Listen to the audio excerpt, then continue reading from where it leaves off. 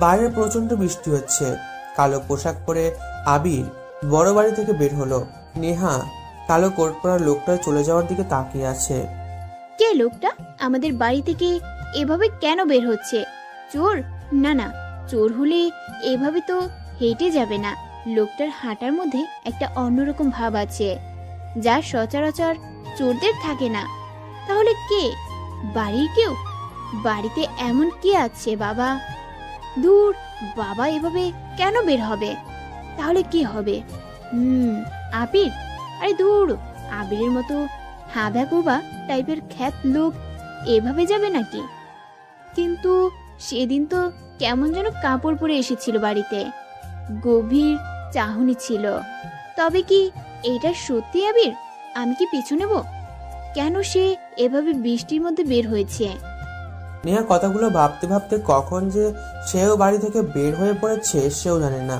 বাড়ি থেকে বের হতেই দেখে সেই কালো পোশাক পরা লোকটা দামি কালো গাড়িতে করে চলে যাচ্ছে।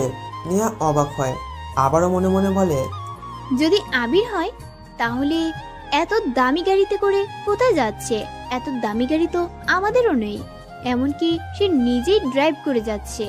কিন্তু আবির যদি না হয় তাহলে কে? বাসায় তো এমন কেউ নেই। নেহা আবারও ভাবতে ভাবতে নিজের গাড়ি নিজেই চালিয়ে আবিরের পেছন যেতে থাকে। আবিরের গাড়িটা চেনা রাস্তা পেরিয়ে কোনো এক অচেনা রাস্তার দিকে এগিয়ে যাচ্ছে। আবির গাড়ির কেবিনের ড্রয়ার থেকে সিগারেট বের করে জ্বালিয়ে টানতে থাকে। গাড়িতে এসি লাগানো, সাথে এলইডি মনিটর টিভি, মিউজিক সিস্টেমও উন্নত মানের। আবির দ্রুত গাড়ি চালাতে থাকে। মুখের রংটা ক্ষণে ক্ষণে পাল্টে যাচ্ছে। কয়েকটা সেকেন্ডের জন্য আবির মাঝে মাঝে চোখ দুটো বন্ধ করেছে। তখনই অর্কের মায়া মায়া মুখটার পিছনে থাকা বেইমানির মুখটা চোখে ভাসতে থাকে। আর তার সাথে ভাসতে থাকে আরো কয়েকজন চেনা মুখগুলোর প্রতিচ্ছবি। আবির লোকালয় ছেড়ে অনেক দূরের জঙ্গলের একটি রাস্তায় চলে আসে। পিছনে নেহাও তার গাড়ি চালিয়ে আবিরকে ফলো করতে থাকে। হঠাৎ করে নেহা খেয়াল করে পিছনে আরো একটি গাড়ি। নেহা ব্যাক গ্লাসে তাকিয়ে দেখে সেটাও একটি দামি গাড়ি। নেহা আরো অবাক হয়, এক মুহূর্তের জন্য ভাবতে থাকে, আমি কি এখানে বসে বড় কোনো ভুল করলাম? নেহা আবারও পেছনের গাড়িটার দিকে তাকায়, আরো বেশি অবাক হয়, কারণ আরো একটি গাড়ি পেছনে এগিয়ে আসছে।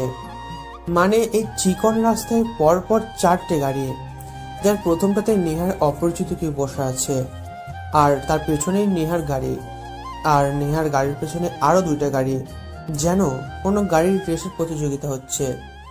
আবির আরো কিছু দূর এগিয়ে গিয়ে গাড়িটা রাখে বিশাল একটা জায়গায়, বড় একটি জঙ্গল। সেই জঙ্গলের মাঝখানে ছোট্ট বড় গাছ কেটে ফাঁকা জায়গা করা, সেই জায়গাতে গোল করে আরো অনেকগুলো গাড়ি পার্ক করা। আবির তার গাড়িটা ঠিকমতো পার্ক করে গাড়ি থেকে নামে। নেওয়া কিছুটা দূরে তার গাড়ি থামিয়ে গাছের আড়ালে গিয়ে দাঁড়ায়। আবির গাড়ি থেকে নামে, কালো রঙের ছেঁড়া ছেঁড়া স্টাইলের প্যান্ট পরা, মুখে মাস্ক আর গায়ে লম্বা কালো টুপির সাথে কোট, হাতে একটা পিস্তল। আবির ধীর পায়ে এগিয়ে যাচ্ছে সামনের দিকে, যেখানে নেহা দেখতে পায় মাঝখানে কয়েকজন একই পোশাক পরে দাঁড়িয়ে আছে, আর তাদের সামনে উবু হয়ে মাটিতে পড়ে আছে একজন ছেলে। নেহা ধরে নিয়েছে এটা আবির হতেই পারে না, কারণ আবিরকে দেখার পর নেহা যতদূর জেনেছে, নেহা বিড়বিড় করে কথাগুলো বলতেই হঠাৎ শুনতে পায় নেহা কেমন যেন চুপসে যেতে থাকে। নেহা মনে মনে বলে, তাহলে আমাদের বাড়িতে থেকে যে বের হয়েছে এখানে এসেছে সে নিলয়। আচ্ছা, নিলয় কে? নিলয় কোথায় যেন নামটা শুনেছি, বই, ম্যাগাজিন, ইয়েস, ম্যাগাজিনে নামটা পড়েছি।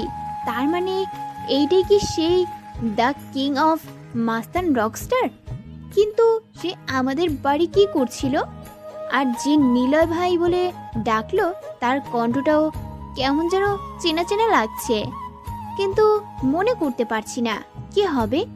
নতুন করে ছেলে? হ্যাঁ, আশরাফ নাম ছিল ছেলেটার। নতুন এসেছিল ভার্সিটিতে, এরপর কয়েকদিন আর দেখা যায়নি। তার মানে সেও কি নিলয়ের লোক ছিল? নেহা আর ভাবতে পারে না। বৃষ্টির গতি বেরিয়ে চলেছে।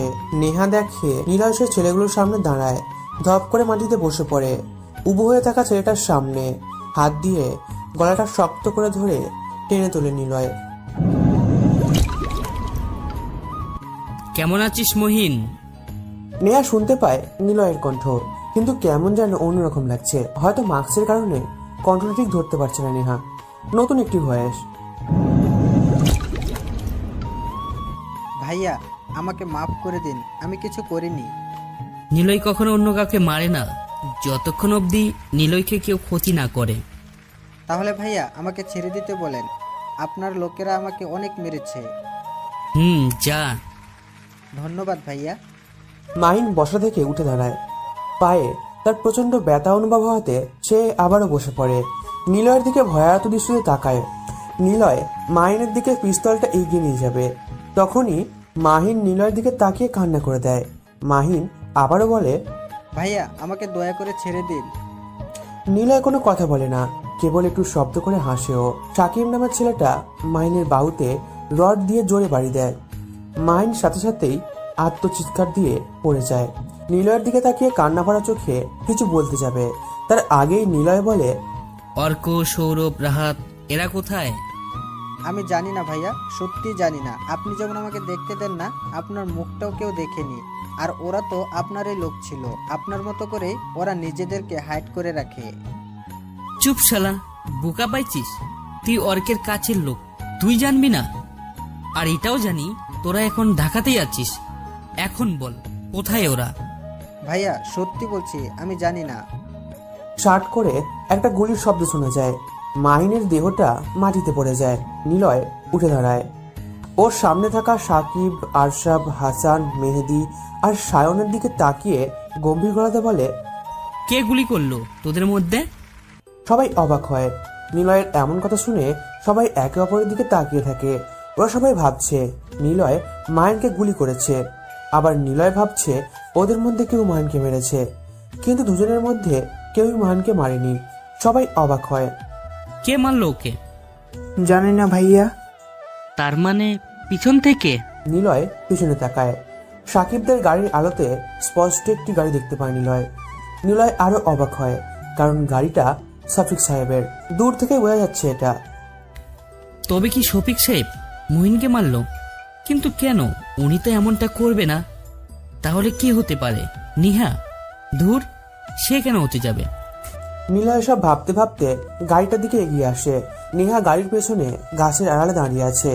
নিলয়দের কাছে আসতে দেখে নেহা পালানোর জন্য যখনই দৌড়তে যাবে, তখনই কারোর সাথে ওর ধাক্কা লাগে। নেহা তাকিয়ে দেখে মুখটা ওর খুব চেনা। নেহা চিৎকার দিয়ে বলতে যাবে, তখনই সেই লোকটা নেহাকে ঝরে ধাক্কা দিয়ে ফেলে দেয়। সাথে সাথেই সে দৌড়ে হারিয়ে যায় জঙ্গলের দিকে। নেহা কাদায় পিছলে পড়ে যায় সেখানে। হাতের নিচে অনুভব করে শক্ত কিছুর। সে ওটা হাতে নেয়। অন্ধকারে ঠিকমতো সে দেখতে না পেলেও অনুভব করে, বুঝতে পেরেছে এটা একটা পিস্তল, যা নিলয়ের হাতে দেখেছে একটু আগে। পিস্তলটা কোনো রকমে নিজের কাছে লুকিয়ে সে ওই জঙ্গলের দিকে এগিয়ে যেতে থাকে। আবির নেহার গাড়ির কাছে আসে। দরজা খোলাই ছিল। তার মনে নিলয়ের সন্দেহ ঠিক। শফিক সাহেব মহিনকে মেরেছে, কিন্তু না, এটা কি করে সম্ভব? কেন মারবেন উনি? দরকার হলে শফিক সাহেব নিজেই আমার জন্য মরতে রাজি। তাহলে কেন তিনি এমন করবেন? কিছুই তো মাথায় আসছে না। গাড়িটা ভালো মতো চেক করে চলে আসতে যাবে, তখনই দেখে আরো দুটো গাড়ি কিছু দূরে পার্ক করা আছে। আর শেষের যে গাড়িটা আছে, সেই গাড়ির উপরে একটি বড় ক্যামেরা লাগানো। আবির সহ সবাই সেই গাড়িটার কাছে যায়। অবাক হয় ওরা সবাই। ক্যামেরা ঠিকঠাক ভাবেই আছে, ভিডিও তখনও রেকর্ড হচ্ছে, কিন্তু কেউ সেটা হাতও দেয়নি। ভাইয়া মনে হয় কেউ জানে আমরা এখানে আসবো। আমাদের আসতে দেখে মনে হয় এই ক্যামেরাম্যান আর মইনের খুনি পালিয়েছে। সব নষ্ট করে এখান থেকে চলে যা, আর মইনের লাশটা পুলিশ স্টেশনের কাছে দিয়ে আসবি। কেন ভাইয়া, আমরা কি ধরা পড়তে যাচ্ছি? গুলিটা আমাদের কারো পিস্তল থেকে চলেনি, আর এখানে যারা ছিল তাদের মধ্যে কেউ একজন তোদেরকে চিনে ফেলেছে। তাই আমরা যে মইনকে খুন করিনি সেটার প্রমাণ আমাদের পিস্তলগুলো। কারণ যতদূর রেঞ্জ থেকে গুলি করা হয়েছে তা কোনো ডিজার্ট গান হবে না, যা আমাদের কাছে নেই। পুলিশ যদি তদন্ত করে, আবার যদি কেউ আজকের ঘটনা নিয়ে পুলিশদের সাক্ষী দেয়, তবুও কিছু পাবে না তারা। লাশটা যখন নিয়ে যাচ্ছিস তখন তারা ঠিকই বুঝবে যারা লাশ দিয়ে গেছে এগুলো তাদেরই কাজ। আর শোন, গাড়ি পাল্টি করে এক একজন এক এক দিকে চলে যা, তোদের জন্য যে কোনো একটা গাড়ি নিয়ে যাচ্ছি আমি, তোরা আমারটা নিয়ে যা। আবির আর দাঁড়ায় না, গাড়ি চালিয়ে চলে যায় সেই মেন রাস্তায়। আবির যে পথ দিয়ে আসছিল তার উল্টো পথ দিয়ে যেতে থাকে। হঠাৎ শুনতে পায় কারো জোরে আত্মচিৎকার। আবির গাড়িটা কষে ব্রেক করে। ওদের ওখানে বেশ খানিকটা দূরে আড়াল করে গাড়িটা রাখে। তাকিয়ে দেখে রাস্তার ওপাশে বড় একটি গাছের নিচে সাদা রঙের গাড়ি দাঁড়ানো, আর সেখানে দুজন ছেলে মেয়ে দাঁড়িয়ে আছে। মেয়েটার কণ্ঠ আবিরের খুব ভালো করে চেনা। মেয়েটা হলো নেহা। নেহা চিৎকার করে বলছে, ছাড় আমাকে, তোর মতো বন্ধু আমি কখনো দেখিনি।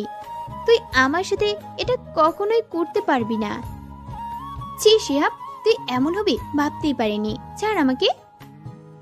চিৎকার করে লাভ নেই নেহা। রাকিবের কাছে নিয়ে যাবি না তুই? এটা করতে পারিস না, ছাড় বলছি। নেহা শিহাবের মুখে থুতু দেয়। শিহাব রেগে গিয়ে নেহাকে কষিয়ে একটা চড় মারে। নেহা শিহাবের গাড়ির সাথে ধাক্কা খেয়ে পড়ে যায়। কপাল ফেটে রক্ত বেরোতে থাকে। নেহা অজ্ঞান হবে এমন সময় খেয়াল করে সেই নিলয় নামের লোকটা ওদের দিকে এগিয়ে আসছে। নিলয় হাতে পিস্তল নিয়ে এগিয়ে যাবে, তখনই শুনতে পায় আরো একটি গাড়ির বিকট ব্রেক কষার শব্দ। নিলয় দৌড়ে নিজের গাড়ির মধ্যে এসে প্রবেশ করে। নিলয় বাইরে তাকায়। শিহাব নেহাকে ধরে নিজের গাড়ির দিকে এগিয়ে নিয়ে যাবে, তখনই দেখে নিশি এগিয়ে আসছে ওদের দিকে। নিলয় তাড়াতাড়ি কাপড়গুলো চেঞ্জ করে নেয়। স্বাভাবিক কোট খুলে ভেতরে যেসব স্বাভাবিক কাপড় ছিল সেইগুলো পরে নিয়ে গাড়িটা আড়াল করে নিয়ে নিশির পেছনে গিয়ে দাঁড়ায়। নিশি জানেই না যে পেছনে কেউ একজন আছে। শিহাব যখনই নেহাকে তুলতে যাবে তখনই নিশি এসে বলে, কি ব্যাপার শিহাব, তুমি এখানে? আর নেহার এই অবস্থা কেন? কি হয়েছে ওর? ও, তুইও এসে গেছিস, তাহলে তো ভালোই হলো। রাকিবকে দুটো উপহার দিতে পারবো, নিশি আর নেহা। আহা, একদিকে অপমানের বদলা, অন্যদিকে ভালোবাসা। বেশ জমবে রে। মানে তুমি এভাবে কেন কথা বলছো? চুপ। শিহাব কোমর থেকে ছুরি বের করে নিশির দিকে এগিয়ে যেতেই পেছন থেকে কে যেন কোনো একটা ভারী কিছু দিয়ে শিহাবের মাথায় জোরে আঘাত করে। শিহাব ধপ করে পড়ে যায় মাটিতে। নিশি বোকার মতো তাকায় সামনের দিকে দাঁড়িয়ে থাকা লোকটার দিকে, বলেই ফেলে, আবির। আবির তাড়াতাড়ি বলে, এখানে থেকো না, নিহাকে নিয়ে চলো। পথে যেতে যেতে সব বলবো, আগে তাড়াতাড়ি এখান থেকে চলো। চলো। দুজনে নেহাকে ধরে নিচের গাড়িতে নেয়। তারপর গাড়ি চালিয়ে চলে আসতে থাকে নিচের গন্তব্যে। নিশি জানতে চায় আবিরের কাছে, তুমি এখানে কি করে? আর বলো না, আজ তো অনেক বৃষ্টি, মন চাইছিল একটু ভিজি। ছাদে আসতেই খেয়াল করি সাদা রঙের গাড়িটা নিহাদের বাড়ির সামনে পার্কিং করা। গাড়িটা শিহাবের তা আমি জানি, কিন্তু রাতে এখানে কেন তা জানার জন্য বাইরে আসতে দেখি কয়েকজন ছেলে নিহাকে তুলে নিয়ে যাচ্ছে। চিৎকার করতে যেও ভয়ে করিনি, যদি ওরা আমাকে মেরে ফেলে, তাই ভয়ে গাড়ির ডিক্কিতে এসে বসি, আর নিহাকে এরা এখানে নিয়ে আসে। নেহার বিপদ আর তুমি আমাকে জানাওনি কেন? যদি সবাই তোমার ব্যাপারে জেনে যায়, আর এতক্ষণ লুকিয়েছিলাম অনেকে ছিল বলে। যখন দেখলাম সবাই চলে গেছে, শিহাব একা নিয়াকে রাকিবের কাছে নিয়ে যাচ্ছে, তখন বের হই, আর তুমি আসো। সাহস বেড়ে যাওয়াতে শিহাবকে মারতে হয়েছে। এই শিহাব যদি মরে যায়, আমার না ভয় করছে। ধুর, পিতু একটা, এরকম কিচ্ছু হবে না। তুমি না অনেক ভালো, আজকে আমাকে বাঁচিয়েছো। কিউট বয়। নিশি এক হাত দিয়ে আবিরের গাল টেনে দেয়। আবির মুচকি হাসতে থাকে। পেছনের সিটে শুয়ে আছে নেহা, আর সামনের ড্রাইভিং সিটে বসে আছে নিশি। ওদের মাঝে বসে আছে এক চালাক রাফিয়ান, যার প্রতিটা পদক্ষেপে তাকে সবসময় অচেনায় রয়ে যাচ্ছে সবার কাছে। নিশি তার গাড়ি চালাতে থাকে। আবিরের দিকে মাঝে মাঝে আর চোখে তাকাচ্ছে নিশি। আবির জানালা দিয়ে বাইরের দিকে তাকিয়ে ভাবছে, আজ এটা কি হলো? কে এই খুনি, আর কেই বা ক্যামেরাম্যান? হঠাৎ করে নিশির আগমন হলো, আর শিহাব ভাই এখানে কেন? নিহাও এখানে কি করে? আসলে তবে কি নিহা আমাদেরকে পিছু করেছিল, নাকি শফিক সাহেব? ভাবতে হবে অনেক কিছুই, ঘোলাটো রয়ে যাচ্ছে। কোথায় যেন সব প্রশ্নের উত্তর একসাথেই বাঁধা আছে। নিশি ভাবতে থাকে, আবি ছেলেটা খারাপ না, হয়তো একটু ভীতু, সবার থেকে আলাদা। বিশ্বাস করা যায়, ভালোবাসা যায়। ধুর, কি সব বলছি, ভালোবাসা যায়, কি জানি। নিশি সব ভাবতে ভাবতে গাড়ি চালাতে থাকে। এদিকে আবির চুপি সারিয়ে ফোন বের করে সায়নকে মেসেজ করে দেয় গাড়িটা সেখান থেকে নিয়ে যেতে। কোনো প্রকার ঝামেলা আবির চায় না। নিশি, তুমি ওখানে কি করছিলে? আবির নিশির কথা শুনে জোরে কেসে ওঠে। গাড়িটা হট করে ব্রেক করেও আবির নিশির দিকে তাকিয়ে আছে। নিশি আবিরের দিকে মুচকি হেসে তাকিয়ে বলে, নেহাদের বাড়ির সামনে এসে গেছি, ওকে নিয়ে ভিতরে যা। ও হ্যাঁ, তাই তো। আমি কি হেল্প করব? না থাক, আমি নিয়ে যাচ্ছি, ওর বাবাকে ডাকছি আমি। হুম। আবির নেহাকে কোলে তুলে নেয়। নিশি ভ্রুকুচকে আবিরের দিকে তাকিয়ে থাকে, আবার নিশিকে বলে, সেরকম কোনো ব্যাপার না, বাসায় যাও। আর কেন তুমি ওখানে গিয়েছিলে সেটা বলবে? নিশি আর দাঁড়ায় না। আবির নেহাকে পাঁজা গলা করে বাড়ির ভেতরে নিয়ে যেতে থাকে। হঠাৎ আবির দাঁড়িয়ে আছে। কোলে তোলাতে নেহার পিঠে কিছু একটা গুঁজে রাখা শক্ত জিনিস অনুভব করে। আবির বাড়ির মধ্যে প্রবেশ করে শফিক সাহেবকে ডাক দেয়। উনি দৌড়ে এসে দেখে দুজন বৃষ্টির পানিতে ভিজে একাকার হয়ে গেছে। নিলয়, কি ব্যাপার? নেহা এভাবে? তুমি ওকে কোথায় পেয়েছো? সে এক লম্বা ঘটনা, আগে ওকে রুমে নিয়ে যান। শফিক সাহেব নেহাকে ধরে নিতে যাবে, তখনই আবির সবার আড়াল করে নেহার কোমরে থাকা সেই শক্ত জিনিসটা বের করে নেয়। শফিক সাহেব নেহাকে নিয়ে চলে যায়, কিন্তু আবির সেখানে দাঁড়িয়ে থাকে, কারণ নেহার কোমর থেকে সে একটা পিস্তল বের করেছে, আর সেটাতে সাইলেন্সার লাগানো। আবির অবাক হয়, মনে হয় এটাই সেই পিস্তল যেটা দিয়ে মাইনকে খুন করা হয়েছে। তাহলে কি নেহাই মাইনকে মেরেছে? কেমন আছিস এখন মা? শফিক সাহেবের কথা শুনে নেহা শোয়া থেকে উঠে বসে এক লাফ দিয়ে। চারপাশে তাকিয়ে দেখে দিনের আলো ঘরে প্রবেশ করেছে। বাইরে কেমন একটা কোলাহল, তার মানে এখন রাত পার হয়ে সকাল হয়েছে। নেহা বাড়ির সবার দিকে তাকায়, কেমন যেন ভয় ভয় করছে ওর। রাতে ঘটার ঘটনাগুলো সে মনে করার চেষ্টা করতে লাগলো। বুকটা কেঁপে ওঠে নেহার, সবকিছু যেন চোখের সামনে ভাসতে থাকে। শফিক সাহেব আবার প্রশ্ন করলেন, কি হয়েছিল? তুই বাইরে কিভাবে গিয়েছিলি? আর আবির ওই বা তোকে বাসায় আনলো কেন? কি হয়েছিল? আবির আবির আমাকে নিয়ে এসেছে মানে? তুই অজ্ঞান হয়েছিলি, আবির তোকে কোলে নিয়ে বাড়িতে আসে। কি হয়েছিল বল? নেহা কাল রাতে তার অজ্ঞান হওয়ার ঘটনাটা মনে করার চেষ্টা করে। শিয়াবের মুখটা ওর চোখের সামনে ভাসতে থাকে। শিয়াবকে বাধা দিতে গিয়েই কাল রাতে শিয়াব তাকে চড় মারে, আর সে গাড়ির সাথে ধাক্কা লেগে অজ্ঞান হয়ে যায়। তারপর আর কিছুই মনে নেই ওর, কেবল দেখেছিল পিস্তল হাতে নিলয় নামের সেই মস্তান ছেলেটি এগিয়ে আসছিল তাদের দিকে। আবার একটি গাড়ির বের করার শব্দ শুনতে পায় নেহা। এরপর আর কিছুই মনে নেই তার। তাহলে কি আবির আমাকে শিহাবের থেকে বাঁচিয়েছে? কিন্তু ও জানবে কি করে আমি বাইরে ছিলাম? নেহা ওর কোমরে হাত দেয়, পিস্তলটি করার চেষ্টা করে, কিন্তু সেখানে নেই।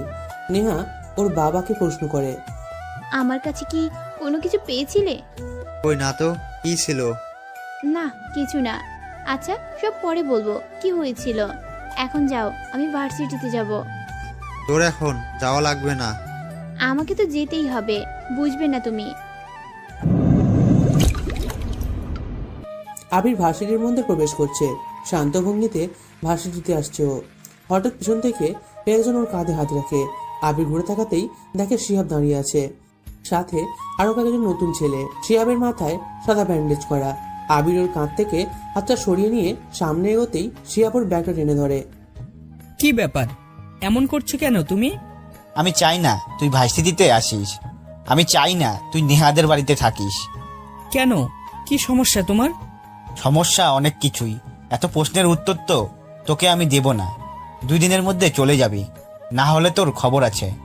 ভাই, বাসায় রেস্ট নাও, মাথার সমস্যা ঠিক হয়ে যাবে। কথাটা আবির বলার সাথে সাথেই শিহাব আবিরকে কষে একটা ঘুষি দেয়। আবির কিছুটা দূরে সরে যায়, ডান গালে সাথে সাথেই কালচিটে দাগ পড়ে যায়। আবির সেখানে কয়েকবার হাত দিয়ে শিহাবের দিকে তাকিয়ে থাকে। শালা কুত্তা, আমাকে কি তোর মাথার সমস্যা মানে পাগল মনে হচ্ছে? এ জাকি ধর তো শালাকে, আজ বোঝাবো আমি পাগল নাকি অন্য কিছু। সরি ভাই, আমারই ভুল হয়ে গেছে। আমি আসলে ওইভাবে বলতে চাইনি। তোমার মাথায় ব্যান্ডেজ, তাই বললাম রেস্ট নিতে। কথাটা বলার পরেই শিহাব আবিরকে জোরে লাথি দেয়। আবির ছিটকে পড়ে যায়। সাথে সাথেই ভার্সিটির অনেক ছেলে মেয়ে এক জায়গাতে হয়ে যায়। আরিফ, সোহেল এসে শিহাবকে বাধা দিতে থাকে। সায়ন এসে আবিরকে টেনে তোলে। শিহাব বলতে থাকে, ওই বাইনচোদ, আমি কখন রেস্ট নিব না নিব সেটা আমি বুঝবো, তুই বলার কে? তোকে যেটা বললাম সেটা করবি, না হলে তোর কিন্তু খারাপ আছে বলে দিলাম। আর শোন, বেশি ভাব নিবি না আমার সামনে, না হলে হাত পা ভেঙে হসপিটালে পাঠিয়ে দিব। সরি ভাই, আমারই ভুল হয়ে গেছে। আমি আসলে ওইভাবে বলতে চাইনি। তোমার মাথায় ব্যান্ডেজ, তাই বললাম রেস্ট নিতে। তোর কাছ থেকে আমার সবকিছু শিখতে হবে। এই সবাই ওকে ধরতো, আজ পুরো ক্যাম্পাসে ওকে কাপড় ছাড়া ঘোরাবো, দেখি তোকে কে বাঁচায়। তুমি কিন্তু বেশি বেশি করছো শিহাব, এর ফল কিন্তু ভালো হবে না। ও, এবার তুইও ওর সাথে কি কাপড় ছাড়াই ঘুরবি তাই না? ওই জাকি, তোরা যা, বেটা দুটোকে ধর, শালাদের আজকেই বুঝাবো আমি কে। শিহাব, তোমার কিন্তু সায়ন কিছু বলার আগেই শিহাব এসে সায়নকে পেটাতে থাকে। আবির থামতে বললেই আবিরকেও পেটাতে থাকে। দুজন নিরীহ ছেলে শিহাবের লোকেদের কাছে মার খেতে থাকে। কেউ কোনো প্রকার কথা বলছে না, সবাই এসব কিছু হাঁ করে দেখছে। কি বা বলবে শিহাবকে? শহরের নামি দামি টাকাওয়ালা নেতার ছেলেও। ওকে কিছু বলে মানে নিজের ঘাড়ে সমস্যা ডেকে আনা। ফলস্বরূপ ভার্সিটি থেকে চলে যেতে হবে। এর থেকে কেউ কোনো প্রতিবাদ না করেই দেখা ভালো মনে করে। সবাই আবিরদের মার খাওয়াটা দেখতে থাকে। আবির বসে পড়ে। ভাই, ভুল হয়ে গেছে আমাদের, মাফ করে দাও। তোমার সাথে কখনো আর কথা বলবো না। চুপ শালা গেও ভূত, বেশি ভদ্রতা দেখাও না। ওই নাসিম, যা মেয়েদের ড্রেস নিয়ে আয়, সাথে বিচুতি পাতার গুঁড়োও লাগিয়ে দিবি। দুজনকে আজ ঘোরাবো, তারপর দেখ কি হয়। নাসিম, জাকির দুজনে চলে যায়। শিহাবেরা হাসতে থাকে। হঠাৎ পেছন থেকে কেউ একজন এসে শিহাবের কাঁধ স্পর্শ করে। শিহাব ঘুরে তাকাতেই শিহাবের গালে কষে একটা চট দেয় সে। শিহাব ভালো মতো দেখে কেউ। নেহাকে দেখে শিহাব অবাক হয়। কাল রাতের কথা মনে পড়ে যায় ওর। রাগী চোখে দুজনেই দুজনার দিকে তাকিয়ে থাকে। নেহা আবিরের দিকে তাকায়। আবিরের বাম গালের ঠোঁট কেটে রক্ত বেরোতে থাকে। নেহা আবিরের দিকে তাকিয়ে বলে, তুই ওদেরকে কেন মারছিস? কেন?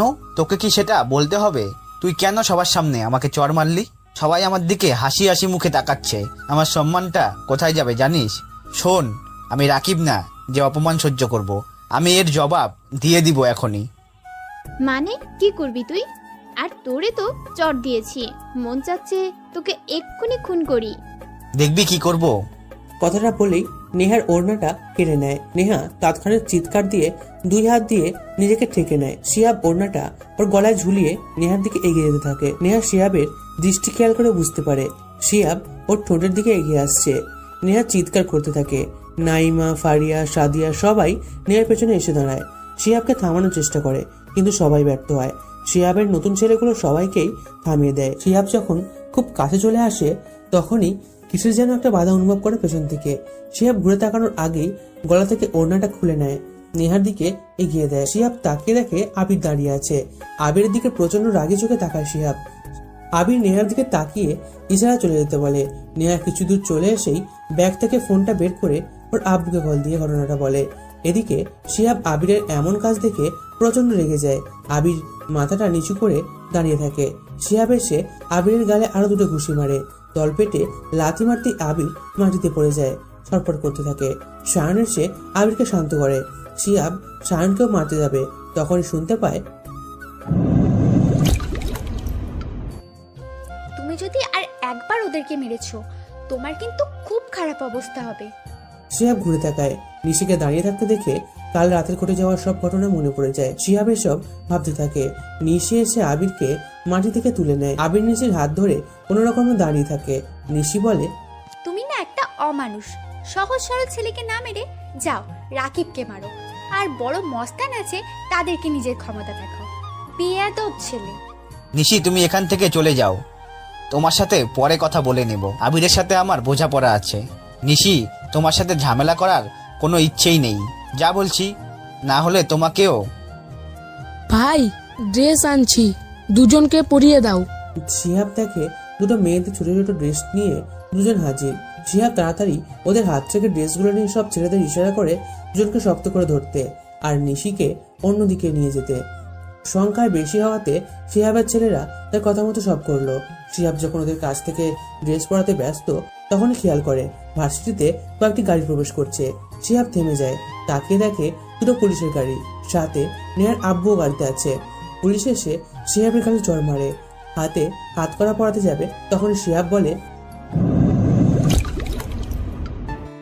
দেখুন অফিসার, আপনি আমাকে ধরে নিয়ে যাচ্ছেন ঠিক আছে, কিন্তু আপনি যে আমাকে মারলেন না, এই জন্য আপনার হাতটা থাকবে কিনা সন্দেহ আছে। আর আমি আগে জেল থেকে বের হও, তারপর লেকচার দিবি। আমাকে নিয়ে যাওয়ার 30 মিনিটের মধ্যে যদি না বের হই, আপনি তখন দেখবেন আপনি নিজেই আমার জন্য তখন ব্যস্ত হয়ে যাবেন। চুপ শালা, চল গাড়িতে। শিহাবকে পুলিশ তুলে নিয়ে যায়। শফিক সাহেব নেহাকে এক হাত দিয়ে জড়িয়ে নিয়ে আবিরের দিকে তাকায়। আবির ইশারাতে শফিক সাহেবকে বুঝিয়ে দেয়। কখনো কিছু করতে গেলে মশার কাছেও মার খেতে হয়। শফিক সাহেব মুচকি হাসলেন, নেহাকে নিয়ে যেতে চাইলেন, কিন্তু নেহা যায়নি। সবাই এক এক করে ভিড় ত্যাগ করে। নিশি এসে আবিরের হাত ধরে ক্যাম্পাসের বেঞ্চে গিয়ে বসে। এই ছেলে আর কত এমন নির্যাতন সহ্য করবে? কিছু তো বলতে পারো না কি? এমন কেন তুমি? কেমন আমি? আর এত উত্তেজিত কেন হচ্ছ? আমি ঠিক আছি, এরকম মার খেয়ে কিছুই হবে না আমার। আসছে বডি বিল্ডার, বোকা ছেলে একটা, হাবা ছেলে, শুধু মার খেতে পারে, বাদর ছেলে। কি করব, আমার ভয় করে। চুপ। নিশি ব্যাগ থেকে রুমাল বের করে আবিরের গালে রক্তগুলো মুছতে যাবে, তখন নেহা এসে সামনে দাঁড়ায়। নিশি থেমে যায়, সবাই নেহার দিকে তাকিয়ে থাকে। আবির, আপনাকে ধন্যবাদ দিতে এসেছি। কোনো ব্যাপার না। আমি কি আপনার পাশে বসতে পারি? আপনার কাছে কিছু জানার ছিল। হুম। আবির বলেই নিশির দিকে তাকায়। নিশি গভীর দৃষ্টিতে তাকিয়ে থাকে আবিরের দিকে। আবির মুচকি এসে মাথাটা নিচু করে নেয়। ওদিকে সায়নকে ফারিয়া, তিন্নি, নাইমা সবাই ভালো মতো দেখাশোনা করছে, আর এদিকে আবির, আপনার গাল বেয়ে রক্ত পড়ছে, চলুন ডক্টরের কাছে। নেহার এমন কথা শুনে আবির কিছুটা অবাক হয়। এইটা কি নেহা নাকি অন্য কেউ? রাতেই তো কাউকে খুন করে আজ সহজভাবে কথা বলছে। রাফিয়ানদের থেকে যেন বড় রাফিয়ান, কিন্তু আবিরের সাথে এভাবে স্বাভাবিকভাবে কথা বলার কারণটা আবির ঠিক আন্দাজ করতে পারছে না। আবির মুচকি এসে বলে, আমি ঠিক আছি, সমস্যা নেই। না, কোনো ঠিক নেই। আর আপনি এমন কেন? এতগুলো মার খেলেন কিভাবে? শরীরটা দেখলে মনে হয় অনেক জনকে এক খুশিতেই কাত করে ফেলবেন, অথচ আপনি যে একটা ভেতর ডিম তা জানতাম না। যদিও সকালে মনে হয়েছিল আপনি ভীতু নন, কিন্তু এখানে এসে দেখলাম একটা বোকা হাঁদারাম, ভীতুর গোডাউন। কিছু তো শিহাবকে বলতেই পারতেন। 1 মিনিট, সকালে আমাকে সাহসী ভাবার কারণ কি? কাল রাতে আপনি তো আমাকে বাসায় নিয়ে এসেছিলেন, আর আমি জানি রাতে শিহাবের সাথে আমার কি হয়েছিল। আপনাকে ধন্যবাদ। আরে কি যে বলেন, সেখানে নিশিও ছিল। আবির পেছনে তাকায়, দেখে সেখানে নিশি নেই। একটু দূরে তাকাতেই দেখে নিশি হেঁটে হেঁটে চলে যাচ্ছে। আবির একবার নেহার দিকে তাকায়, আর একবার নিশি চলে যাওয়ার দিকে তাকায়। কি করবে সে বুঝে উঠতে পারছে না। কোনো রকমে নেহার থেকে বিদায় নিয়ে নিশির কাছে যাবে, তখনই কে যেন আবিরের ব্যাগ টেনে ধরে। পেছনে ঘুরে দেখে মিন্নু দাঁড়িয়ে। মিন্নুকে আবির বেশ কয়েকদিন ধরে দেখতে পায়নি। মিন্নুর দিকে তাকাতেই আবির খেয়াল করে মিন্নুর মুখটা অন্য দিনের থেকে কেমন যেন আজ শুকনো মনে হচ্ছে। কি হয়েছে রে তোর? কেমন যেন লাগছে? ভাইজান, গত দুপুর থেকে পানি ছাড়া তেমন কিচ্ছু খাওয়া হয় নাই। কেন? বাড়িতে কি রান্না করেনি কেউ? ভাইজান, আপা হাসপাতালে আছে, এর জন্য খাওয়া হইতেছে না। মানে রেনু আপা হসপিটালে কেন? মিন্নু থেমে যায়, হট করে এসে কাঁদতে থাকে। আবির ওকে টেনে নিয়ে কাছে বসায়, মাথায় হাত বুলিয়ে আবারও জানতে চায় কি হয়েছে। মিন্নু কোনো রকমে কান্না থামিয়ে বলে, 5 দিন আগে আপা সন্ধ্যায় বাড়ি থেকে বের হয়, অনেক দিন সে যায় নাই, কিন্তু হামেশ চাচের পোলা শাহিন আর কয়েকজন লোকেরা আইসা আপারে রোজ বাজে কথা শোনাইতো। আপা ওদেরকে অনেক বারণ করার পরও ওরা এসে আপারে নানান কথা কইতো। আমাকে সবকিছু খুলে বল। শাহিন আয়েশা আপারে জিগাইতো কেন সে আমাদের লগে দেখা করে না, টেকা বাড়াই দিব, নতুন পার্টি আসছে, তোর রূপ যৌবনে এখন তো আগের থেকেও ভালো হয়েছে, তুই আমাদের সাথে না গেলে তোরে কিন্তু ধর্ষণ করুম। আর জানিস তো তোর মতো মা ধর্ষণে কিছু আসে যাবে না, আমরা জানি তোর মতো মাল চো না নিয়ে থাকতে পারবে না, তাই টেকা দিচ্ছি, আমাদের লগে আগে শুইবি, পরে পার্টি আসছে, সেখানে সারা রাত থাকবি। মিন্নু আবারও চুপ করে বসে থাকে। আবিরের মুখের স্বাভাবিক রং পাল্টে যেন রক্তবর্ণ হতে থাকে। কেটে যাওয়া মুখটা এক অচেনা ভয়ঙ্কর অনুভূতির মতো ধেয়ে আসা রোগের প্রতিচ্ছবি যেন ফুটে উঠতে থাকে। হাত দুটো মুষ্টিবদ্ধ করে হাঁটুতে কয়েকবার কিল দিতে থাকে। সামনের দিকে একদৃষ্টিতে তাকিয়ে মিন্নু আবারও বলে, আপা যাইতে চায়নি, বস্তির লোকেরা আপারে নানান কথা কইতে থাকে। শাহিন কেন রোজ রাইতের বেলা দল লইয়া আমাগো বাড়িতে আসে, যা মানুষজন দেখা আপারে আমাদেরকেই গালি দেয়। কয়েকদিন রাতে আরও কয়েকজন লোক আইনা আপারে ডাক দেয়, আমি তখন ঘুমাইছিলাম, শাহিনদের চিৎকারে ঘুম ভাঙে যায় আমার। ওরা আপারে কইতেছিল চল মা, আজকে যাইতেই হবে, না হলে তোরে লইয়া যাব জোর করে, আর কখনো বাড়ির মুখ দেখবি না, চল সালি। এরপর আপারে ওরা জোর কইরা তুইলা নিয়ে যায়। আমি বাধা দিয়েছিলাম। এই দেখেন ভাইজান, শাহিন আপা গা থেকে ওড়না খুইলা আমার হাতে মুখে বাইধা ওর বেল্ট খুইলা আমারে মারছে খুব। মায়ের চোটে রাইতেই জ্ঞান হারাই আমি। সকালে ওইটা দেখি আপা নেই, এলাকার লোকজন বাজে কথা কইছিল। পরে আমাগো বাড়িতে পুলিশ আইসা কয় আপা হাসপাতালে আছে, আপনারে খুঁজেছিলাম অনেক, কিন্তু পাইনি। আপারে দেখতে গেছিলাম, কপালে ব্যান্ডেজ, মুখে মায়ের দাগ। ডাক্তার কইছে আপারে অনেকজন মিলে নির্যাতন করছে, আমার আপার কিছু হইলে আমি মইরা যাব ভাইজান। আবির বসা থেকে উঠে দাঁড়ায়। কানারা তো মিন্নুর দিকে একবার তাকিয়ে পাচারি করতে থাকে, তারপর মিন্নুর দিকে আবার তাকিয়ে বলে, পুলিশের কাছে গেছিলি? ডাক্তার আর বস্তির কয়েকজন মুরব্বী লোকেরা কইতেছিল পুলিশদের কাছে যাইতে। আমি আর বাপে মিলে থানায় গেছিলাম, ওরা টেকা চাই। আবারও বাপের গালি দিয়া কয়, তোর মেয়ে তো সুন্দর বানাইছিস, কিন্তু সে তো একটা বেশ্যা হয়েছে, তারে তো হাজার হাজার লোক ধর্ষণ করতেই পারে, তার জন্য কোনো কেস নেই, যা ভাগ এখান থেকে। বেশি লাফাইলে দুটারে মেয়ের ধর্ষণ কেসে থানায় ঢুকাই দেব। শাহিন আগেই টেকা দিয়ে রাখছে, বুঝলি, দূর হ সামনে থেকে। ও ভাইজান, জানেন আপা কোনো কথা বলেন আমাদের সাথে, খালি কাইন্দা কাইন্দা দরজার দিকে চাইয়া থাকে। আপনি আমার লগে যাইবেন আপার সাথে দেখা করতে? যাব। মিন্নু চুপ থাকে। আবিরের দিকে তাকায়ও। কেমন যেন গম্ভীর একটা শব্দে মিন্নু অবাক হয়। আবিরকে এর আগে মিন্নু কখনো এমন গম্ভীর হয়ে কথা বলতে দেখেনি। আবির বলে, না ভাইজান, থানায় যাবো না, পুলিশরা অনেক খারাপ, আপারে গালি দেয়, আমি তা শুনতে পারুম না ভাইজান। ভাইজান, আমার আপা যেমনই হোক না কেন, সে তো আমারই আপা। আপনি কন, কেউ যদি আপনার মারে গালি দেয় তাইলে আপনি কি করবেন? আপনার মা খারাপ হইলেও সে তো আপনারই মা, আপনি তাকে গালি দেওয়া শুনতে পারবেন না। যদি গালি শোনেন তাইলে তো আপনি তার কোনো ছেলেই না। বেশ বলেছিস তো, দেখি তোকে কে গালি দেয়, চল আমার সাথে। আবির আর মিন্নু দুজনে হাঁটতে থাকে। ওদের পেছনে আর একজন আসছে, কিন্তু আবির আর মিন্নু জানে না সে কেন আসছে। কেবল আবির মিন্নু জন্য কোনো একটা বড় কিছু করতেই যাচ্ছে, আর ওদের পেছনে ওদেরকে ফলো করতে করতে আসছে আরো একজন মানুষ। এই অফিসার, তোর সাহস কি করে আমার ছেলেকে থানায় ধরে এনেছিস তোরা? পুলিশ অফিসার সিরাজ হোসেন লাফিয়ে ওঠে। সাথে সাথে পুরো থানাটা যেন নীরবতায় পরিণত হয়। সবাই অবাক হয়েই তাকিয়ে আছে। এভাবে পুলিশদের তুই করে বলাটা সাধারণ কোনো লোকের কাজ নয়। সিরাজ হোসেন বলে, কে কে আপনি, আর এভাবে কথা বলছেন কেন? কে আপনার ছেলে? শালা, তোর চাকরিতে একটু খেয়ে ফেলবো আমি, তারপর তোকে পিটিয়ে তোর টেরা ঘর আমি সোজা করে দিব। আমার ছেলেকে থানায় ধরে এনেছিস কোন সাহসে? কার কথাতে? আর ঠিক করে কথা বলুন, না হলে। এই না হলে কি? হ্যাঁ, না হলে কি? লোকটা সিরাজের গালে কষিয়ে চড় দেয়। সাথে সাথে থানার সব পুলিশ এসে একসাথে জড়ো হয়। লোকটার দিকে অবাক চোখেই তাকিয়ে আছে। সাথে সাথে আরো কয়েকজন লোক থানায় প্রবেশ করে। সিরাজ স্যালুট করে মাথা নিচু করে দাঁড়ায়। শহরের এমপি থানায় এসেছে, সাথে একজন উকিলও আছে।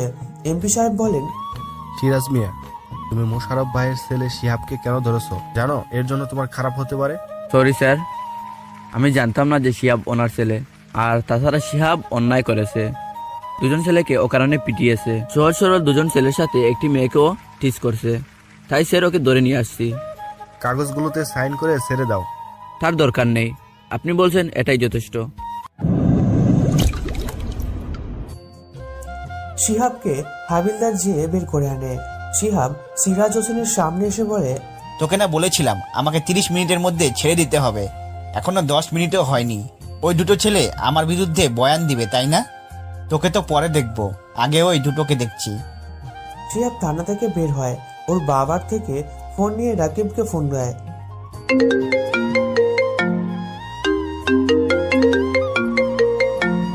ভাই, আজকে একজনকে মারতে হবে, যত টাকা লাগবে আপনি মারার পর চেকে সংখ্যা বসিয়ে নেবেন। কেসে আজকে রাতেই আমরা তাকে আপনার কাছে নিয়ে আসব, আপনি খালি যন্ত্রণা দিয়ে মারবেন, আর যদি না পারেন তবুও আপনি সাথে থাকবেন, আমিই মারবো তাকে। আচ্ছা, তাহলে আমাদের বাড়ির পাশে যে একটা পুকুর আছে, ওর উপরে ছোট্ট একটি বাংলো মতো ঘর আছে, রাতে ওখানেই থাকা হয়, নিয়ে আসিস। আমরা সবাই থাকবো, কিন্তু টাকাটা আনতে যেন ভুলিস না।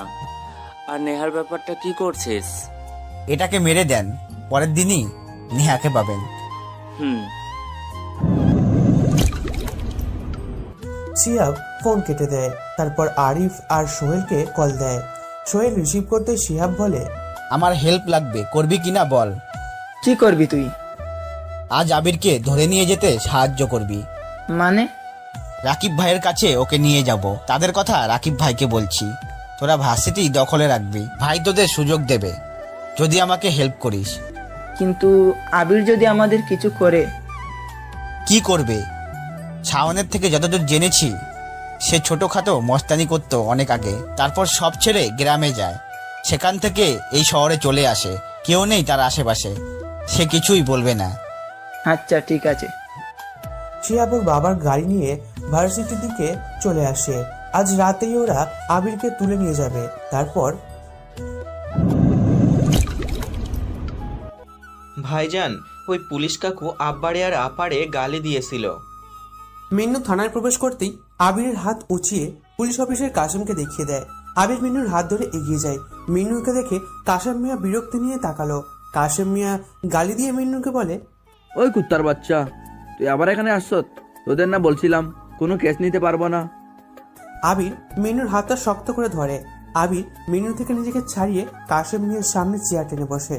আবিরের এমন অনুমতি ছাড়াই বসাটা কাশেম মিয়া ঠিক হজম করতে পারছে না। ভ্রুকুচকে তাকায় আবিরের দিকে।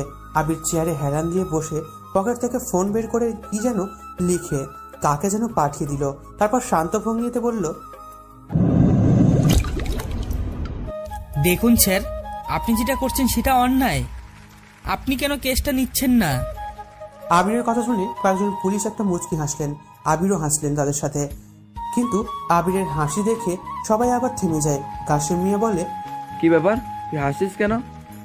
দেখ ভাই, তোকে আমি চিনি না, তুই মিন্নির কি হস সেটাই জানি না। ওর বোনের কাছে কি টাকা পয়সা পাস নাকি, নাকি রাত কাটানোর সময় পাওনা করেছিস? আবিরের মুখের রংটা আবার পাল্টে দিতে থাকে আর ডান হাতের মুষ্টিবদ্ধ করে টেবিলে কয়েকবার কিল দিতে থাকে। কয়েকবার ঘাড় নাড়িয়ে নিজেকে স্বাভাবিক করে আবারও শান্ত গলায় বলে, আপনি তাহলে কেস নিবেন না? তুই কে রে, তোর কথা কি কেস নিতে হবে? শালা তুই জানিস ওই মেয়েটা একটা বে সাথে হাজার ছেলে রাত দিন শুয়ে বসে, এত দরদ কেন? মানবতা দেখাতে আসছো? মাল করি আছে। আর শুন, যাদের সাথে ঝামেলা বাঁধছে সে এলাকার মুশারফ ভাইয়ের লোকের ছেলেদের কাজ। যদি আমি কিছু করিও আমার হাত পা থাকবে না। আর বুঝতে পারছি না, একটা মেয়ের জন্য এত পাগলামি করছিস কেন? বাচ্চা ছেলের মতো আসিস, বাচ্চা থাক, তাহলে জেলে ঢুকিয়ে দেবো, কখনো বের হতে পারবি না। আবির চেয়ার ছেড়ে বসা থেকে উঠে দাঁড়ায়। হাতটা পকেটে ঢুকে কাশেমের দিকে রাগী দৃষ্টিতে তাকিয়ে বলে, ওরা তোর হাত পা কেটে রেখে দিবে, কিন্তু নিলয় তোকে একবারে মেরে ফেলবে, বুঝছিস? থানার প্রায় সব পুলিশ আবিরের কথা শুনে হাঁ হয়ে যায়, বোকার মতো তাকিয়ে থাকে ওর দিকে। কাশেম মিয়া রেগে গিয়ে আবিরের জামার কলার ধরে বলে, তোর সাহস কি করে হয় আমার সাথে তুই করে কথা বলার? শালা তোকে এমন মারবো আর এমন কেস দিব যে কখনো বাইরে আলো দেখতে পারবি না। আবির একটু শব্দ করে হাসে। পুলিশগুলো আরো অবাক হয়। এতক্ষণে অনেকেই পুলিশের পা ধরে মাপ চেয়ে পালিয়ে যেত, ছেড়ে দেওয়ার কথা বলতো, কিন্তু হট করে থানায় চলে আসা এমন ছেলেকে দেখে সবাই অবাকই হচ্ছে। এরকম কিছুর পরও ছেলেটা দিব্যি হাসছে। নিলয় আমাকে মারবে মানে? চল তোকে ভিতরে ঢুকে দেই, তারপর তোকে এমন ভাবে মারবো যে দেখি তোর নিলয় এসে আমাকে কি করে। এক্সকিউজ মি অফিসার, 1 মিনিট দাঁড়ান। পুলিশের সব লোক থানার দরজার দিকে তাকায়। সাদা শার্ট কালো প্যান্টের সাথে ইন করা কয়েকজন লোক ভেতরে প্রবেশ করছে। পুলিশেরা চুপচাপ দাঁড়িয়ে থাকে। কাসেম মিয়া বলে, আপনারা কারা? আমি সাজিদ স্যারের পার্সোনাল সেক্রেটারি আসাদ। সাজিদ মানে? মেয়র সাজিব স্যার মানে আপনি? মানে আবির কাসেম মিয়ার হাত থেকে নিজের জামার কলারটা ছাড়িয়ে নিয়ে আবারও চেয়ারে গিয়ে বসে। পুলিশের আমতা আমতা করা মুখটা আবির ভালো করে দেখতে থাকে। আসাদ কয়েকটি পেপারস দেখিয়ে কাসিমকে বলে, এই স্যার যেটা বলছে সেটা করবেন, না হলে কিন্তু প্রবলেমে পড়বেন অনেক, বুঝছেন কাশেম মিয়া? এবার আমাকে আসতে হয়েছে, পরের বার যদি সাজিদ স্যার আসে এবং স্যারের পর যদি নিলয় আসে তাহলে কি হবে আপনারা কল্পনাও করতে পারবেন না। আসাদ সাহেব কথাগুলো বলে চলে যায়। কাসেম মিয়া বোকার মতো টেবিলের সামনে দাঁড়িয়ে থাকে। আবিরের দিকে আর চোখে তাকিয়ে দেখতে থাকে। পা থেকে মাথা অবধি কড়া দৃষ্টিতে তাকায় কাসেম মিয়া। সাধারণ কয়েকশো টাকার জুতো, গায়ের পোশাক খুব বেশি দামি নয়, সাধারণ ছেলে বলে মনে হতে থাকে কাসেমের কাছে। তবে অবাক হচ্ছে, এরকম স্বাভাবিক ছেলের জন্য মাত্র কয়েক মিনিটে এত কিছু হয়ে যাবে কাসেম মিয়া ভাবতেই পারেনি। কি যেন বলছেন? আমাকে কেসে দিবেন, বাইরের আলো দেখতে পাবো না? দেখুন স্যার, ক্ষমতা সবার কম বেশি থাকে, তাই বলে এইভাবে ব্যবহার করা ঠিক না। তাই সরাসরি বলছি, মিন্নুর আবার কেসটা হাতে নিতে, আর কালকের মধ্যেই অপরাধীগুলোর চেহারা থানায় দেখতে চাই, না হলে নিলয়কে বলবো আপনার কথা। নিলয়কে? আমাকে একবার বলে যাও, কে এই নিলয়? চল মিন্নু। মিনুর হাত ধরে বেরোতে যাবে, তখনই কাসেম মিয়া সামনে এসে দাঁড়ায়। বারবার নিলয়কে জানতে চায়। আবির কিছুক্ষণ ভেবে কানের কাছে মুখ নিয়ে বলে, Niloy is the king of mafia. Abir মিন্নুকে নিয়ে কয়েক পা এগিয়ে যেতেই আবারও কাসেম মিয়া জানতে চায়, তাকে কোথায় পাবো? আবির কোনো প্রশ্নের উত্তর দেয় না। মেইন দরজা থেকে বের হতেই অবাক দৃষ্টিতে তাকিয়ে আছে আবির। দরজার কাছে দাঁড়িয়ে আছে নেহা। আবির মিনুর হাত ছেড়ে দেয়। নেহার দিকে তাকাতেই দেখে নেহা চোখ গোল গোল করে তাকিয়ে আছে আবিরের দিকে। আবির স্বাভাবিক হওয়ার জন্য মুচকি হাসি দেয়। নেহার সাথে সাথেই আবিরের হাত ধরে থানা থেকে বের হয়। আপনি এখানে কেন? নেহা গম্ভীর হয়ে হাঁটছে আবিরের হাত ধরে। আবির ইতস্তত বোধ করতে থাকে। কয়েকদিন আগে যে মেয়েটা আবিরকে সহ্য করতে পারতো না, আজ সে আবিরের হাত ধরে আছে। গতরাতে ব্যালকনিতে বসে যখন নিলয়ের নামে ম্যাগাজিনগুলো পড়ছিলাম, তখন বাড়ি থেকে কাকে যেন বের হতে দেখি আমি। রাত তখন 2টার কাছাকাছি। প্রচন্ড বৃষ্টি হচ্ছিল। কালো কোট, লম্বা টুপি, মুখে মাস্ক। কে হতে পারে লোকটা আমাদের বাড়ি থেকে বের হচ্ছে? ভাবতে ভাবতেই আমি পিছু নেই। অবশ্য লোকটার পিছু নেওয়ার কারণ ছিল, দাঁড়াও দেখাচ্ছি। নেহা কথাটা শেষ করে ব্যাগ থেকে কয়েকটা ম্যাগাজিন বের করে আবিরের দিকে বাড়িয়ে আবার বলে, এই যে উপরের কভারের পিকচারটা দেখছো? কালো কোট, প্যান্ট, স্যুট, মাস্ক, একদম সেম ভাবে আমি আমাদের বাড়ি থেকে কাউকে বের হতে দেখি। আবির কয়েকবার ঢোক গিলতে থাকে। কোনো রকমে নিজেকে সামলে মুখের রংটা বদলানোর আগেই হাসি হাসি মুখে বলে, তারপর আমি লোকটার পিছনে যাই। লোকটা কাকে যেন খুন করবে। জঙ্গলের ভিতরে তাকে মারতেই একটা লোক গিয়েছিল। আমি বের হতেই আমার পিছনে আরো 2টা গাড়ি আসতে থাকে। প্রথমে ভেবেছিলাম ওরা লোকটার লোক হবে, আমার পিছু নিচ্ছে, কিন্তু সেখানে যাওয়ার পর দেখি তারা অন্য কেউ। লোকটার পিছনে এসেছিল ফলো করতে করতে আমার মতো। সেখানে যে জানতে পারি লোকটার নাম নিলয়। তখন আর বুঝতে বাকি নেই যে এইটা সেই নিলয় যার ম্যাগাজিন আমি সাথে নিয়ে ঘুরি, আর তাকে দেখার জন্য সবাই মরিয়া হয়ে থাকে। মানে ম্যাগাজিন পড়ে যতদূর জানলাম তাকে দেখা যায় না, কেবল বোঝা যায় সে আছে, বের হয়েছে আর ধ্বংস করছে। আর আজ তোমার মুখে নিলয়ের কথা শুনলাম। সত্যি করে বলো তো, আসল নিলয়টা কে? তোমার বন্ধু, নাকি খালি নাম ভাঙিয়ে পুলিশদের কাছ থেকে বিদায় নিয়েছো? আবির কোনো রকমে একটা স্বস্তির নিঃশ্বাস ছাড়ে। এখনো তাকে কেউ চিনতে পারেনি। আবির কথা করানোর জন্য হাসি দিয়ে বলে,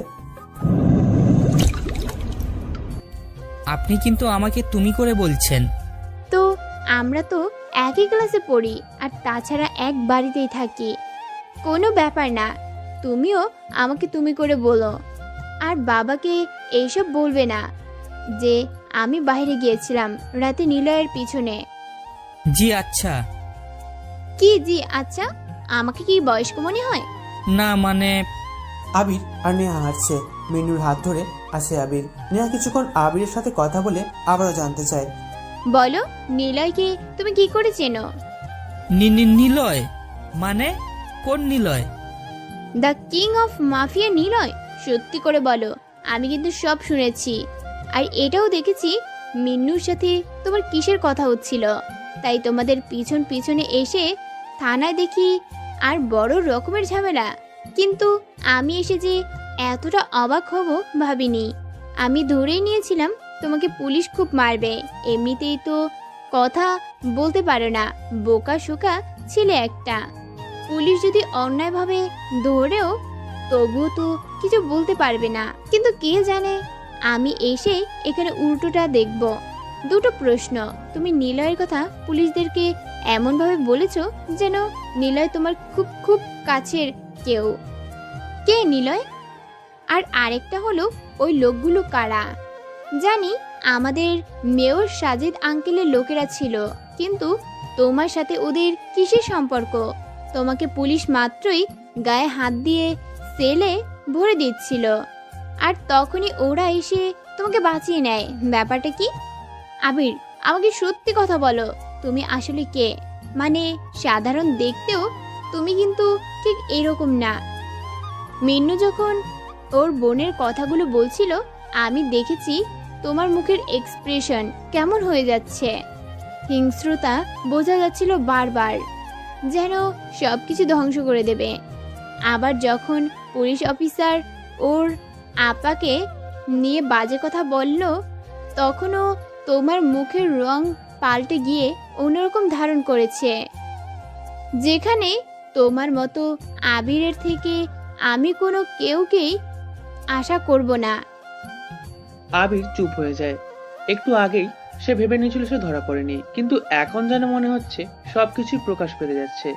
কেমন একটা ভয় এসে ওর মাঝে ভর করতে লাগলো। কি বলবে সে? খোঁজার চেষ্টা করতে থাকে। কত মিথ্যে কথা বলা যায়, এখন কথা ঘোরানোর মতো কিছুই পাচ্ছে না আবির। তাই চুপ হয়ে দাঁড়িয়ে আছে নেহার সামনে। কি হলো বলো, কে তুমি? আর কেনই বা তোমাকে ওরা বাঁচালো? আবির স্যার বলে ডাকলো। আর এটাও জানি তুমি শিহাবকে মেরেই আমাকে ওর থেকে বাঁচিয়ে এনেছো। এত কিছু করছো কিভাবে? বলো আবির, সত্যি করে বলো, নিলয় কি হয় তোমার? তাকে দেশের সব পুলিশ খুঁজে বেড়াচ্ছে, নাগালে পেলেও যেন তাকে ধরতে পারছে না। এত বড় বড় লোকও তাকে ধরতে পারছে না।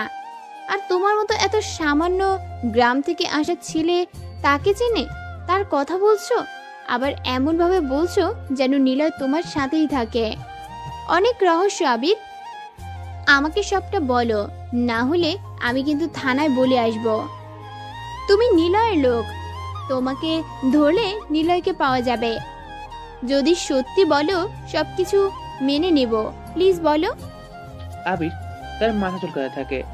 কেমন যেন সব গোল পাকিয়ে যাচ্ছে ওর। নেহাকে কথাটা জিজ্ঞেস করতে যাবে, তখন শফিক সাহেব গাড়ি নিয়ে সামনে এসে দাঁড়ায়। আরে না, নেহা বলে ডাকতে গিয়েছিলাম। সব ঠিক আছে তো? তুই ফোন দিয়েছিলি আর আমি চলে আসলাম। কি হয়েছে আবির? তোমাকে নাকি পুলিশ থানাতে নিয়ে যাচ্ছিল? নেহা আমাকে থানার বাইরে থেকে ফোন করে সব বলেছে, তাই তো চলে আসলাম। কি হয়েছে? আবিরের মাথা গোলাতে থাকে। মিন্নুকে নিয়ে যখন থানার দিকে আনছিল আবির, তখন পেছন থেকে নেহা তাকে ফলো করছিল। ফলো করার কারণে নেহা মিন্নু আর রেনু আপার কথাগুলো সব শুনে ফেলে। আর যখন পেছনে থানায় আসে, সেখানে এসে নেহার ভাবনার বাইরে অনেক কিছুই দেখতে পায়। তাই শফিক সাহেবকে কল দিয়ে নেহা ডাকে, কিন্তু উনি আসার আগেই আবিরকে শহরের মেয়র সাজিদের লোকেরা এসে ঝামেলা থেকে বাঁচায়। এই সব কিছুই নেহা বাইরে থেকে দাঁড়িয়ে দেখেছে, যার জন্য আবিরকে এত প্রশ্ন করছে। আর শফিক সাহেব এসে আবিরকে নিলয় বলে ডাকতে যেও থেমে যায়, আর সেটা নেহা খেয়াল করেছে। আবির শফিক সাহেবকে ইশারা করে নেহাকে যেন এখান থেকে নিয়ে যায়। বাসায় চল মা, তোর শরীর তো ভালো নেই। কাল রাতে আবির তোকে নিয়ে এসেছে, অজ্ঞান হয়ে পড়েছিলি, তোকে কোলে করে নিয়ে এসেছে। দেখছিস ছেলেটা কত ভালো, ভাগ্যিস ও তোর সাথে গিয়েছিল, না হলে যে কি হতো কে জানে। ওকে কি তাহলে বাড়ি থেকে বের করে দেব, তুই বল? নেহা আবিরের দিকে আর চোখে তাকায়। আবির মাথাটা নিচু করে নেয়। কোন রকমের পরিস্থিতি এবারের মতো সামাল দিয়েছে শফিক সাহেব। এখন নেহার উত্তর শোনার পালা। না, ও থাকুক, তবে চিড়ে কোঠায় না, এখন থেকে কোনো রুমে থাকবে। ওখানে কি কেউ থাকে নাকি? আর শোনো আবির, কাল আমার সাথে মার্কেটে যাবে। কি সব কাপড় পরো, তোমাকে নিয়ে শপিং করব। বাবা, আবির এখন থেকে আমার বন্ধু, ভালো একটা বন্ধু। আজকে শিয়াব যখন আমার, থাক পরে বলবো। আবির চলো বাসায় যাই। না, আমি মানে এই মিনুর সাথে একটু থাকি, তারপর যাব। ও আচ্ছা, সাবধানে থাকবে, আর বাবাকে কল করবে। আবির লম্বা একটি শ্বাস নেয়। নেহা গাড়িতে করে চলে যাচ্ছে। আবির কোনো রকমের নিঃশ্বাস নিতেই সামনে এসে রিক্সা দাঁড়ায় একটা। আবির চোখ তুলে তাকাতে দেখে রিক্সায় নিশি বসে আছে। আবির একবার পেছনে তাকায় আর দেখে নেহা জানালা দিয়ে মুখ বাড়িয়ে আবিরের দিকে তাকিয়ে আছে, আর নিশিও আবিরকে রিক্সাতে ওঠার জন্য বলছে। নিশির এমন হট করে আগমনে আবির একটু চমকে গেলেও কিছুই বলে না। নিশির দিকে তাকাতেই নিশি রিক্সাতে উঠতে বলে, কিন্তু আবির মিন্নুর দিকে তাকিয়ে বলে, আসলে আমার একটু কাজ আছে, তুমি যাও, আমি মিন্নুর সাথে আসছি। তুমি কি জানো শিহাব জেল থেকে বের হয়েছে, আর তোমাকে নিয়ে কি যেন একটা প্ল্যান করেছে। আচ্ছা, আমি শিহাবের সাথে কথা বলে নিব, দরকার হলে পা ধরে মাপ চাইবো। এখন মিন্নুর সাথে আমার যেতেই হবে। ওই কি বলে সব? শিহাব পা ধরবে কেন? দরকার হলে পিটাবে ওকে। ভয় করে আমার। গাধা একটা। আচ্ছা তাহলে তুমি যাও, আমি গেলাম। নিশি চলে যায়। আবির মিন্নুর দিকে তাকিয়ে বলে, চিন্তা করিস না, তোর আপার সাথে যারা যারা খারাপ ব্যবহার করেছে তাদের ঠিকই পুলিশ ধরবে। কি হইব ভাইজান ধইরা, ওরা তো ঠিক ছাড়া পাইয়া যাইব, সব টেকার কাছে হাইরা যাইব ভাইজান। ওরা আপার লগে যা করেছে তার বিচার মৃত্যু, কিন্তু ওরা ঠিকই ছাড়া পাইয়া বাইরে ঘুরব, আবার আপারে আইসা জ্বালাইব। হাসেন কেন ভাইজান? আমি আছি তো। আপনি থাইকা কি হইব?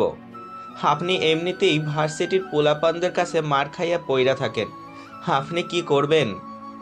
আবির আবারও হাসে। মিন্নুর মাথায় হাত দিয়ে কিছুক্ষণ তাকিয়ে থেকে বলে। মিন্নুর সাথে আবির হসপিটালে যায়। হসপিটালের করিডোরে মিন্নুর বাবা আর আপাকে দেখেও। আবির বলে, কি রে, তোর আপা এখানে কেন? বেড কোথায়? ভাইজান, বেড লইতে হইলে প্রতিদিন মেলা ভাড়া দেওয়ান লাগবো, আমরা না পারছি খাইতে, আর ভাড়া দিমু কেমনে? তার উপরে তো ডাক্তারদের টাকা দিতেই হয়, হের লাইগা আপারে ডাক্তারটা এই মাটিতে হুইয়া রাইখা দিছে। আচ্ছা চল। আবির মিন্নুর সাথে এগিয়ে যায়। পকেট থেকে ফোন বের করে কি যেন করে আবির, তারপর আবার পকেটে ফোন গুঁজে মিন্নুর সাথে ওদের কাছে গিয়ে দাঁড়ায়। রেনু আবার চোখ বন্ধ করে আছে, গায়ে কোনো রকমের কাঁথা জড়ানো, চোখের নিচে কালি পড়ে গেছে। বোঝা যাচ্ছে মেয়েটা না ঘুমিয়ে সারা রাত কান্না করেছে, এখনো চোখে পানি লেগে আছে। ফর্সা সুন্দর মিষ্টি মুখটা আর দেখতে কেমন যেন বিভৎস লাগছে। সারা মুখে রক্ত ফুটে ওঠার দাগ, গলাতে মুখে কামড়ের দাগ স্পষ্ট। আবির চোখ বন্ধ করে নেয়। গায়ের লোমগুলো অজান্তেই রাগের বিভীষিকায় দাঁড়িয়ে যায়। মিন্নু তখন আবিরের হাত ছেড়ে দেয়, ওর বাবার দিকে তাকিয়ে বলে, আব্বা দেখো কে আইছে। মিন্নুর বাবা ওদের দিকে ঘুরে তাকায়। তুমি না সেই দিনের ছেলে, মানে কইতাছি তুমি না একদিন আমগো বাড়িতে আসছিলা? জি। রেনু চোখ মেলে তাকায়। আবিরের কণ্ঠ শুনে রেনু চোখ খুলে তাকিয়ে দেখে মিন্নুর সাথে আবির দাঁড়িয়ে আছে। রেনু কোনো রকম শোয়া থেকে বসার চেষ্টা করে, কিন্তু পারে না। আবির হাঁটু মুড়ে বসে রেনুর পাশে। আপনি আসছেন? মিন্নিকে অনেকবার বলেছিলাম আপনাকে নিয়ে আসতে। সেদিনের ঘটনার জন্য আমি লজ্জিত, তাই আপনার কাছে মাফ চাইতে চেয়েছিলাম। আমি জানতাম না আপনি সবার মতো না, কিন্তু দেখুন না আজ সেটাও করতে পারছি না। কুকুরগুলো আমাকে অপবিত্র করে দিয়েছে। যদিও আমি আগে অপবিত্র ছিলাম, তবুও কুকুরগুলো আমাকে খুবলে খুবলে খেয়েছে। আবির চুপ করে আছে। রাগের পরিমাণ বেড়ে যেতে থাকে। নিজেকে আপাতত কোনো রকমের সামলে নিয়ে রেনুর গোলগাল মায়া গচ্ছিত মুখের দিকে তাকিয়ে বলে, বেড দেয়নি কোনো ডক্টর? আর পুলিশ কি এসেছিল? ডাক্তার টাহা চায়, ওর গায়ে ব্যথা, ঠিকমতো ওষুধ কিনবার পারি না, আর ডাক্তারের টাহা আর বেড ভাড়া কেমনে দিমু? আর পুলিশ আইছিল পরের দিন, আইসা উল্টাপাল্টা আমাগো শাসায় গেছে। কই তোরা মুখ বন্ধ করে থাকবি? এটা কারা কইছে জানিস? অমুক নেতার পোলারা, তমুক নেতার পোলারা। কেসটা যেন এখানে শেষ করা যায়, বেশি গলাবাজি করলে খবর আছে। জানো বাবা, পুলিশরা সব জানে কারা করছে। আমরা থানায় যাইতেও আমাদেরকে গালি দিয়ে বাইর করে দেয়। আমরা কি মানুষ না বাবা? আমরা তো চুরি করি না, আমরা তো পয়সা টাকার জন্য কাম করে খাই। তাই দেশের বড় বড় নেতারা ঠিকই আমাকে সহ্য করতে পারে না। যখন ও বাড়িতে আইছিল, আমি তখন কাজে বাইর হইয়া ভাত জুগাইছি। আমারই মায়া তো, এ আর কি বা করবে সংসারের জন্য। আবির রেনুর বাবার কথা শুনে চোখ দুটো বন্ধ করে। রাগের বিশাল যেন পুরো শরীরটাকে কাঁপিয়ে দিচ্ছে বারবার। আবির রেনুর বাবার কাঁধে হাত রেখে বলে, চিন্তা করবেন না, ওরা শাস্তি পাবেই। আর এখনই ডক্টর নিজে এসে স্পেশাল বেড সহ কেবিনে নিয়ে যাবে, আপনাদের কিছুই ভাবতে হবে না। আবিরের কথা শুনে রেনু অবাক হয় ওর বাবাও। কিন্তু আবিরের কথা শেষ হতে না হতেই হসপিটালের মেন ডক্টররা এসে ওদের পাশে দাঁড়িয়ে বলে, আপনারা কে বলেন তো? আগে বলবেন তো আপনারা সাজিদ স্যারের আত্মীয় হন। ওই এনাদের জন্য ভিআইপি কেবিনের ব্যবস্থা করো। রেনুকে তুলে নিয়ে ভিআইপি কেবিনে নিয়ে যাওয়া হয়। রেনুর বাবা আর রেনু অবাক হয়ে তাকিয়ে থাকে আবিরের দিকে। সবাই কেবিনের মধ্যে প্রবেশ করে। রেনু সবার দিকে তাকিয়ে বলে, বাবা, তুমি মিনুকে নিয়ে বাইরে যাও, আমি ওর ভাইজানের সাথে কিছু কথা বলবো। মিনুকে নিয়ে ওর বাবা বাইরে চলে যায়। আবির একটি টুল এনে কেবিনের পাশে বসে রেনুর দিকে তাকিয়ে চুপ হয়ে থাকে। রেনু বলে, আমি বুঝে গেছি আপনি সাধারণ কেউ নন। বাহির থেকে আপনাকে যেমন মনে হয়, ভেতর থেকে আপনি আলাদা। সত্যি করে বলবেন আপনি কে? বাবা এত পায়ে ধরেও ভাঙাচুরা বেজোটাতে পারেনি, আর আপনি আসতেই এরকম কেবিন হয়ে গেল। সত্যি করে বলুন প্লিজ, আপনি কে? আবির ঠিক কি বলবে বুঝতে পারছে না। বসা থেকে উঠে দাঁড়ায়। রেনুর কানের কাছে মুখ নিয়ে আস্তে গলায় বলে, আমি একজন মাস্তান, বলতে পারেন পুরো দেশের একজন মাফিয়া। নিলয় হলো সেই মাফিয়া জগতের একজন ভয়ঙ্কর লোক। আমি আবির নই, নিলয় আমি। সবাই এটা জানে না। আর সারা দেশের পুলিশ, এক কথায় সব ধরনের প্রশাসনিক লোকেরা আমাকে খুঁজে বেড়াচ্ছে, কিন্তু আমাকে কেউ চিনে না, এখানে হাতে গোনা কয়েকজন ছাড়া। যেমন আপনি এখন জানলেন, আশা করি এটা গোপনেই রাখবেন। আর আপনার সাথে যারা যারা এমন করেছে তারা তো শাস্তি পাবেই। কথাগুলো বলে আবির চলে আসতে যাবে। আবির খেয়াল করে রেনুর মুখে একটা চিলতে হাসি লেগে আছে। এটা তার চিলের কোনো হাসি নয়, একটা প্রশান্তির হাসি। এক ঝটকাতে রেনু আবিরকে বিশ্বাস করে নিয়েছে, যা আবিরের সত্যি ভালো লাগার বিষয়। আবির চলে আসবে, তখনই রেনু বলে ওঠে, কেন আপনি মাফিয়া হয়েছেন? আর কেনই বা এভাবে ঘুরে বেড়াচ্ছেন? আবির একবার তাকায় রেনুর দিকে, তারপর কোনো কথা না বলে হনহন করে চলে আসে সেখান থেকে। হসপিটাল থেকে বের হতে মেন রাস্তায় কালো রঙের একটা গাড়ি এসে দাঁড়ায়। আবির জানে এটা ওর নিজেরই গাড়ি। আবির গাড়িতে বসে চলে যায়। কেমন আছিস সাজিদ? আবির সোজা সাজিদের বাড়িতে চলে আসে। সাজিদ একা থাকে। আবিরের থেকে বয়সে কয়েক বছরের বড় হলেও আবিরের সাথে ওর সখ্যতা অনেক দিনের। নিলয়, তুই এখানে? সাজিদ, সময় এসে গেছে প্রকাশিত হওয়ার। তোকে যেটা বলতে এসেছি সেটা কর। তুই আগামীতে মেয়র হবি না। শফিক সাহেবকে তো চিনিস, টাকাওয়ালা লোক। কেন চিনবো না? বুঝেছি নিলয়, তিনি হতে চান মেয়র, তাই তো? আচ্ছা চল তাহলে প্রকাশ ঘটনায় ধ্বংস করি শহরটাকে। না রে, এবার কোনো শহর ধ্বংস নয় রে। ফারহ নেই, আছে কেবল তুই আর আমি। রাহাত আর সৌরভ কোথা থেকে আমি জানি, তোকে বলতে যেও অনেকবার বলিনি, কারণ আমি জানি তুই রেগে গেলে কি করবি। এটা নে ধর ওদের ঠিকানা, রাতে আমাকে কল করিস। আবির চলে আসে সেখান থেকে। পকেট থেকে ফোন বের করে আবার সাজিদকেই কল দেয়।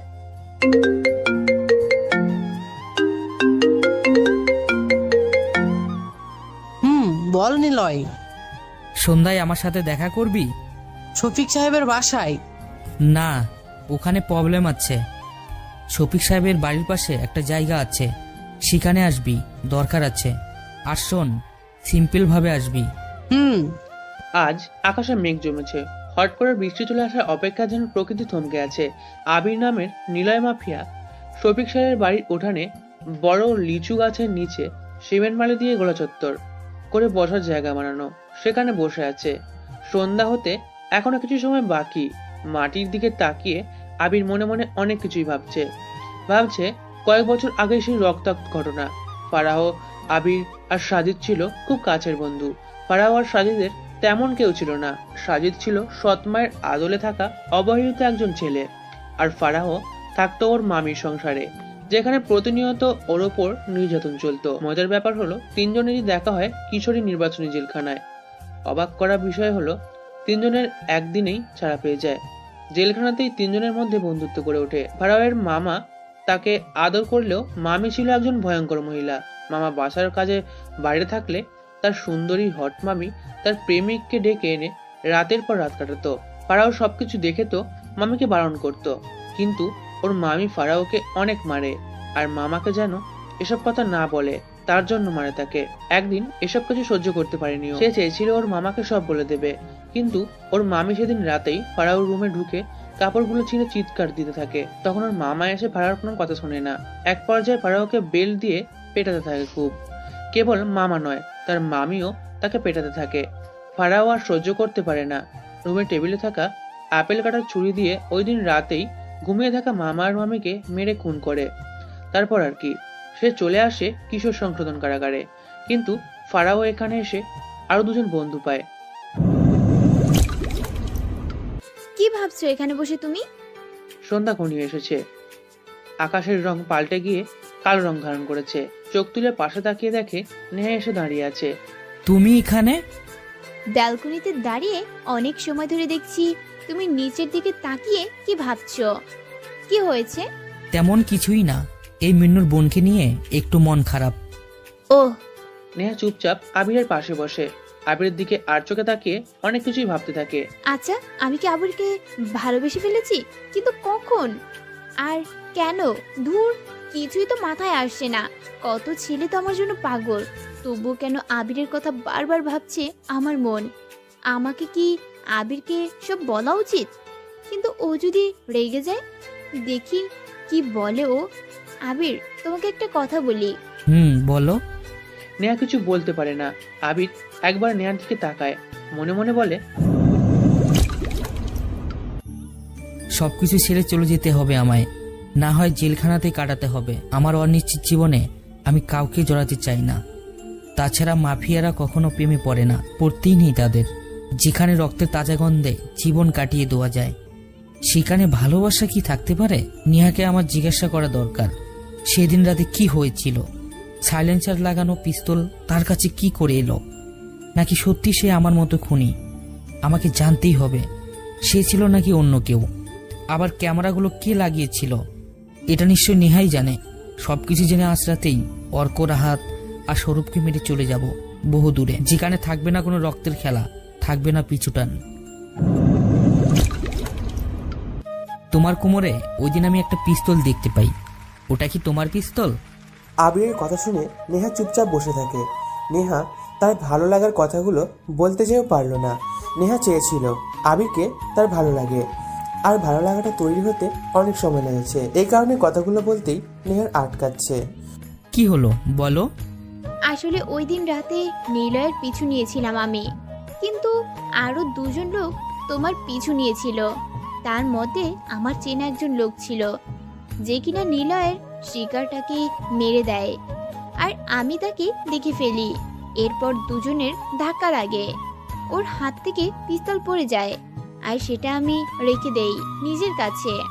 ও, তা কে ওই লোকটা যার সাথে তুমি ধাক্কা খেয়েছিলে? তুমি তাকে চেনো রাকিব? আমি অবাক হয়ে নিলয়ের মতো করেই সে যে ও এসেছিল, আর ওই লোকটাকে মেরে চলে যায়। ও, আরেকজন কে ছিল? ঠিক চিনি না আমি। আসলো, ক্যামেরা লাগালো আর চলে গেল, বুঝতেই পারিনি সে কে। তবে এটা মনে হয়েছিল সে একজন মেয়ে। ওকে, ধন্যবাদ। ধন্যবাদ কেন? না মানে আমাকে সবকিছু বলার জন্য। দুজন আবার চুপ হয়ে যায়। আকাশে মেঘের ছড়াছড়ি, বৃষ্টি এলো বলে। আবির আবারও নিচের দিকে তাকিয়ে থাকে। আবির, তোমাকে একটা কথা বলি। বলো। আচ্ছা, আগে একটা প্রশ্ন করি, তুমি কি কাউকে ভালোবেসেছো কোনোদিন? না, ভালোবাসা? আরে কে আমাকে ভালোবাসবে শুনি? আলো ছেড়ে কে চাইবে অন্ধকারের আলোর খোঁজে হাত ধরে চলতে? কি বলো এসব? তোমার কথার কিছুই বুঝি না। আচ্ছা শোনো, তোমাকে যদি কেউ ভালোবাসে তাহলে কি করবে? নিশি আমাকে ভালোবাসে, এটা আমি জানি, বুঝি, দেখি কি করি। মানে নিশি তোমাকে ভালোবাসে? ওই, তুমি জানো কি করে? ওর কথা শুনলেই বুঝতে পারি। ওরে বোঝার লোক রে, আমার কথা শুনে কি একটুও বুঝতে পারো না আমি তোমাকে ভালোবাসি, গাধা? শেষের কথাটা নেহা আস্তে করে বলে। আবির নেহার দিক থেকে চোখ নামিয়ে নেয়। আবির বলে, তুমি কি যেন বলবে বলেছিলে? না থাক, বলবো না আসলে। আবিরের ফোন বেজে ওঠে। স্ক্রিনে তাকিয়ে দেখে সাজিদের ফোন কল। আবির আর দাঁড়ায় না, বসা থেকে উঠে দাঁড়ায়। নেহার দিকে তাকিয়ে বলে, ভিতরে যাও, বৃষ্টি আসবে মনে হয় খুব জোরে। তুমি কোথায় যাচ্ছ? আবির কোনো উত্তর দেয় না। সাজিদ সিম্পল ভাবে এসেছে, আবিরও সাধারণ ভাবে। সাজিদ বলল,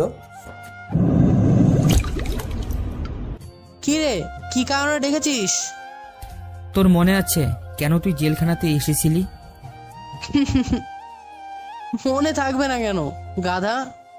নিজের সৎমাকে মেরে চলে এসেছি জেলে, ওখানে যেয়ে তোর সাথে পরিচয়। কিন্তু আমরা আজও জানলাম না তুই কেন জেলে এসেছিলি। জানবি।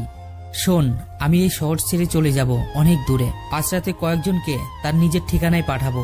শহর থেকে মাফিয়া কিং গল্পটা শেষ করতে চাই। অল্ক, রাহাত, সৌরভ আর শাইনের লোকজন, তুই ব্যাপারটা দেখিস সাজিদ।